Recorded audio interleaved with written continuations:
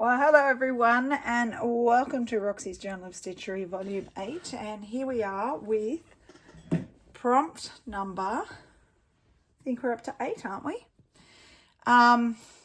If I'm wrong, I apologize. I will put it in the title of the video anyway, just in case. I'll double check it after.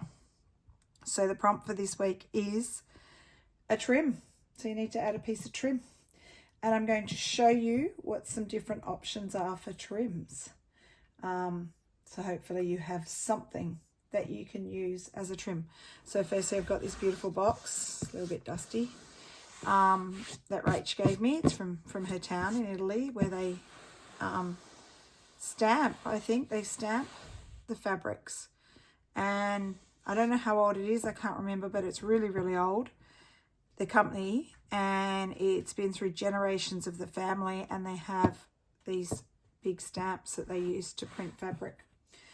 And they make boxes and bags and things like that. So Rach has probably shown you this kind of thing on screen before. So let's get on with it, hey? So let's have a look in my little box of tricks. These are just some trims.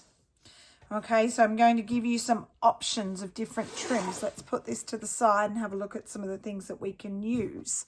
So firstly, I've got a lovely pink ribbon. It's actually a cloth ribbon, cotton, feels like, with a stamped, what would that be, like a vine, like leaves. So like a little piece of this might go nicely. I have this. It came from, like, I think I bought a mixed bag of things from the sewing basket. It's cotton, but it's quite chunky, so I probably wouldn't use that, and it's the wrong colours. I'm not really doing blues and reds, so I'm doing mixed colours. I got this at the sewing basket. Again, wrong colours, but it's a cotton trim, which would be pretty if it was different colours.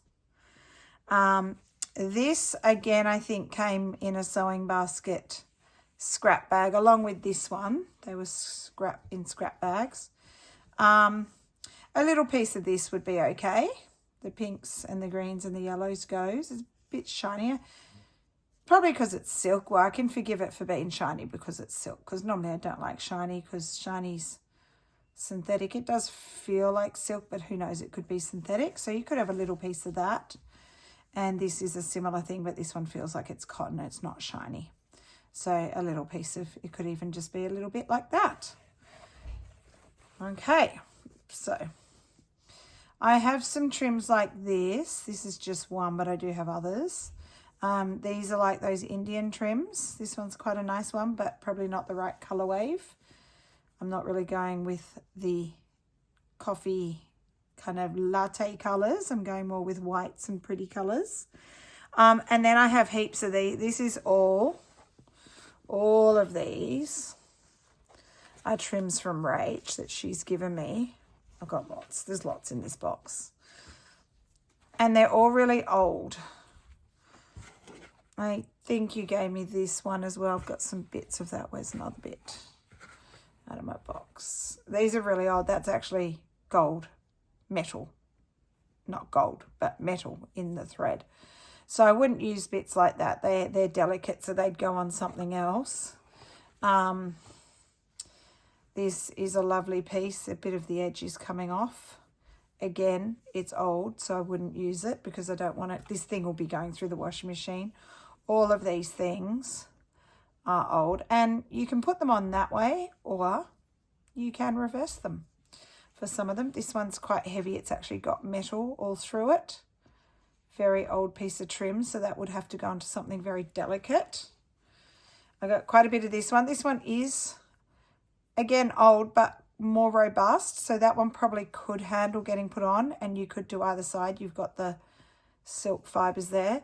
Rach probably screaming at me going, no, don't use that. It's like from the 1800s or 1700s. I don't know.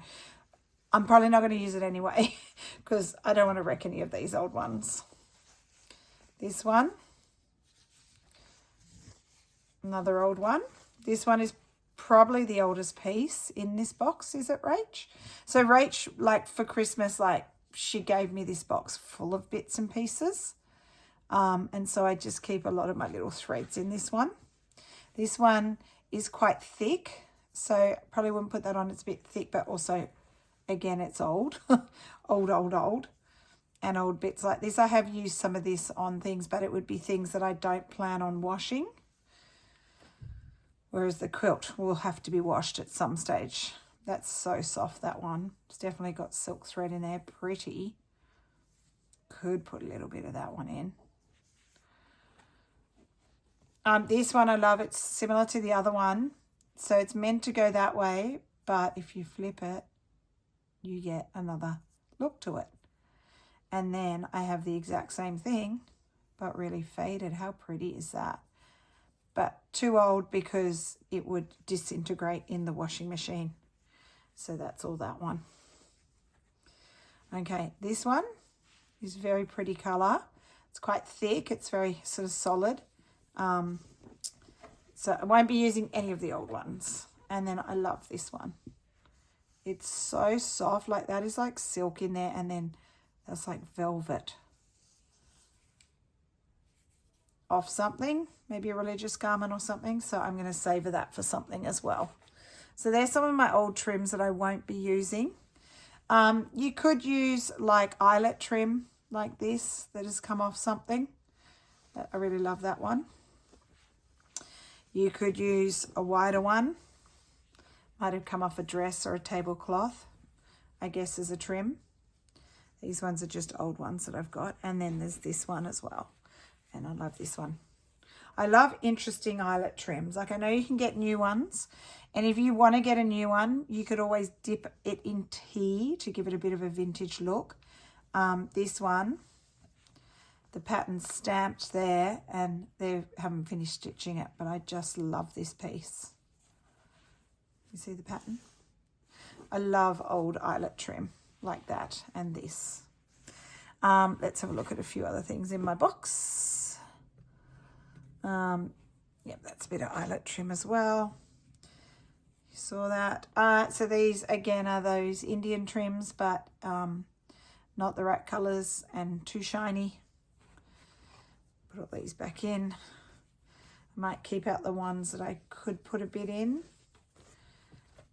Okay, this is not an old thing. This is probably something I got at the sewing basket. I often get packs, mixed packs of things, like they have them on a card with laces and bits and you get this kind of stuff with it. So, you know, I might want to cut a few flowers, little section, put it somewhere. So I'm going to leave that one out as an option. This I love. I cannot remember where I got this because I got it a really long time ago, but I used to have heaps of it and I've slowly given it away or used it. So I have put it into packs, and I'm pretty sure in some of our packs lately people got some. But I love this trim, and this is the last I have of it. So I want to put a bit of that in.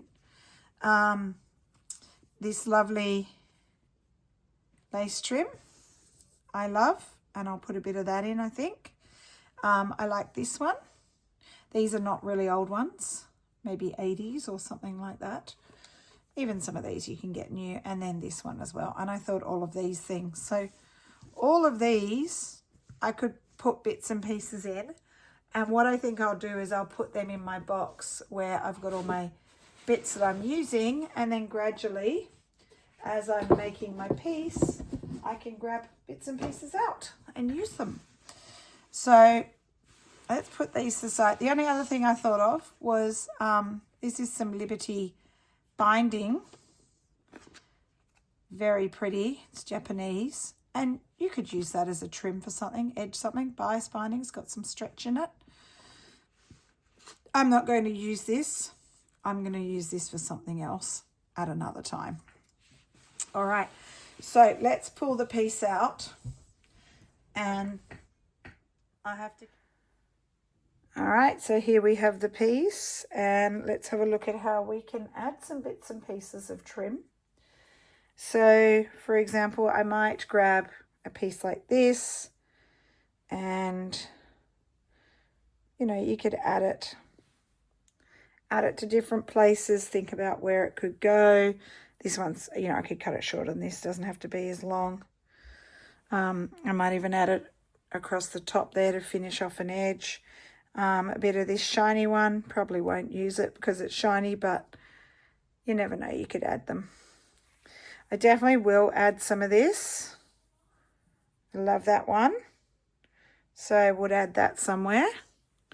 Not sure where yet.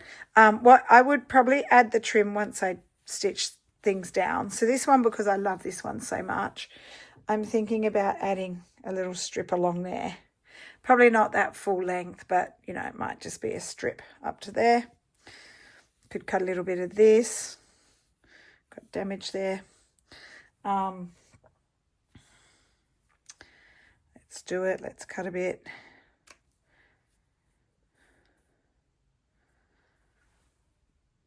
Who knows? So that's what I'd do. I'd play around with bits and pieces and just add them as I go. Yeah, so that's where I'm at the moment. Not going to stitch again because, you know, the stitching's got to come first. I'm up to about here and I'm up to about here and I've got all that centre bit to do and then I'm ready to go. Did I show you that beautiful doily? I found that the other day in a pile that I had. Forgot I had it, but I feel like it's the right colorway for this, so that will be going on down the bottom. So I'm going to roll this up. This is how I'm kind of keeping it at the moment, rolled up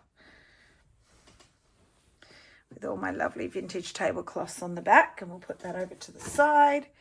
And I'm going to show you what I have been working on this week. It's not Roxy's Journal of Stitchery, but I thought you may like to see that I have been doing a bit of stitching. So excuse all my mess on the side. Let's zoom you in a bit to my mat, my messy mat. All right, so this is the wooden box that we were working on at Corinne's retreat, and the original project had like blue and white and kind of cream colored houses all the way around it on all the sides, and then on the top she had this really cool patchwork bird. And of course, Rach and I, we go off script. We don't do the right thing. We're naughty. So we kind of did our own thing. Oh, I just thought of something. That Liberty, because I need to put something there. Could actually... Oh, that's an option. Anyway, that just came to me. I may or may not do that. So I'm going to show you... I have been working on the panels. So we did want to still do houses and birds, and this is my front panel. Have I shown you this before? I can't remember. If I have, I'm sorry, just turn off. So that was my first house I did, and there's a nice little trim. And I did some embroidery of flowers and some random doodle stitching, and I did some thread painting on this fabric here, and I brightened the fabric up because my whole thing's really bright. And I did one of the Sue Stitchbury from Calico and Stitch, one of her Liberty ladies, inspired by an idea from Margaret, our friend. Hi, Margaret. And Margaret gave me this little tiny dog that she'd stitched. She gave me a couple of them, so I got a little dog there. There will be more that comes on the edge, wrapping around. Then the next panel over here. Now, these are still works in progress. I like that one, though. I think that's pretty. I'm feeling like I may not need to do anything else. I may just do a little bit of embroidery on it, but who knows? That's my flower garden on the side. And then on the back, we have another Liberty lady. And this was a Margaret dress. She gave me a few of the little Liberty lady dresses. That one's much fatter. She's much bigger and well fed than my little skinny one on the front. I think she looks better when she's fatter, or her dress is fatter. She's not fat because look at her skinny little legs. Her dress is bigger, and she has a lovely bouquet of flowers and very random bullion knot hair, which looks like she's from the 1950s and had her hair in rollers. And I did the little hexie flower here and just collaged textiles, a selvage from French General. If you know French General, you'll recognize that. And then am I up to this side? This side is only just beginning. It's not really done yet. That is a piece of Rachie printed flower and Rachie fabric in the background that will get thread painted. There's going to be a house in here, another house. And I need to brighten this up because it needs to be more pinks and brights that I have on my other panels. And now this is the bit I've been working on this week. It's actually the top. So this is the start of it. Very, very pretty, I think. I like the colours. I have used old doily, bits of fabric underneath. That's an old piece of sheeting under there. Suffolk puffs, laces, bits of old quilt. That's old quilt, that's old quilt under there. Some embroidery, an old white doily.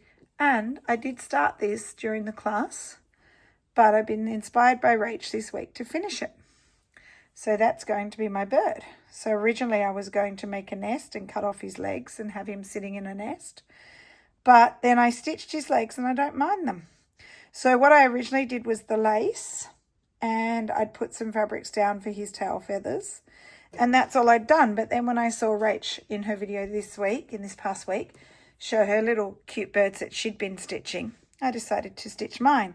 So this was fabric, again, that Rachel is making, where she's got birds printed on the fabric. And I used a little bit of Appleton wool, the thin one, for that little part there and the legs.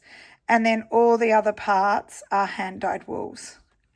And Mum, I did the little white dot in the eye. She told me I had to do that to make it look realistic. So everything's stitched down except the bird. The bird just needs to go on, and that's going to be my top. And then on the inside, just excuse me, I have some scrap calico in here. These were the papers that we had to put on the inside. Now, these papers are from Rach. They're all Italian. Some of them are the old ones. Some of them are the Florentine papers. They're all in the colour wave of Corinne's project. I'm going to use them, but I'm going to add in some brighter colours to suit my project.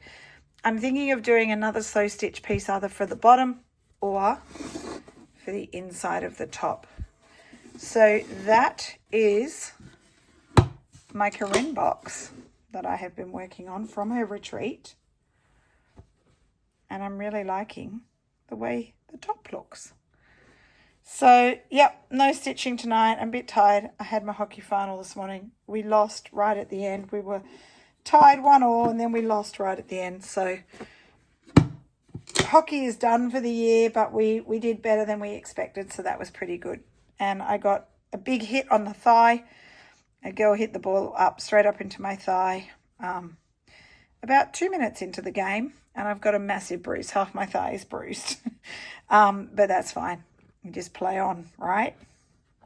I don't know. Some people wouldn't, but for me, you just play on. It's okay. Yeah, so I'll get a little break from hockey now until we start summer hockey in about 4 or 5 weeks' time. I think we start. Just enough time for me to completely lose any fitness that I have and to start again, unless I try and maintain it. But anyway, thank you for watching. I'm rambling on. I'm going to stop now, and we'll see you next week. I just think that's so pretty. It's very, very me colours, pretty colours. Okay, bye for now.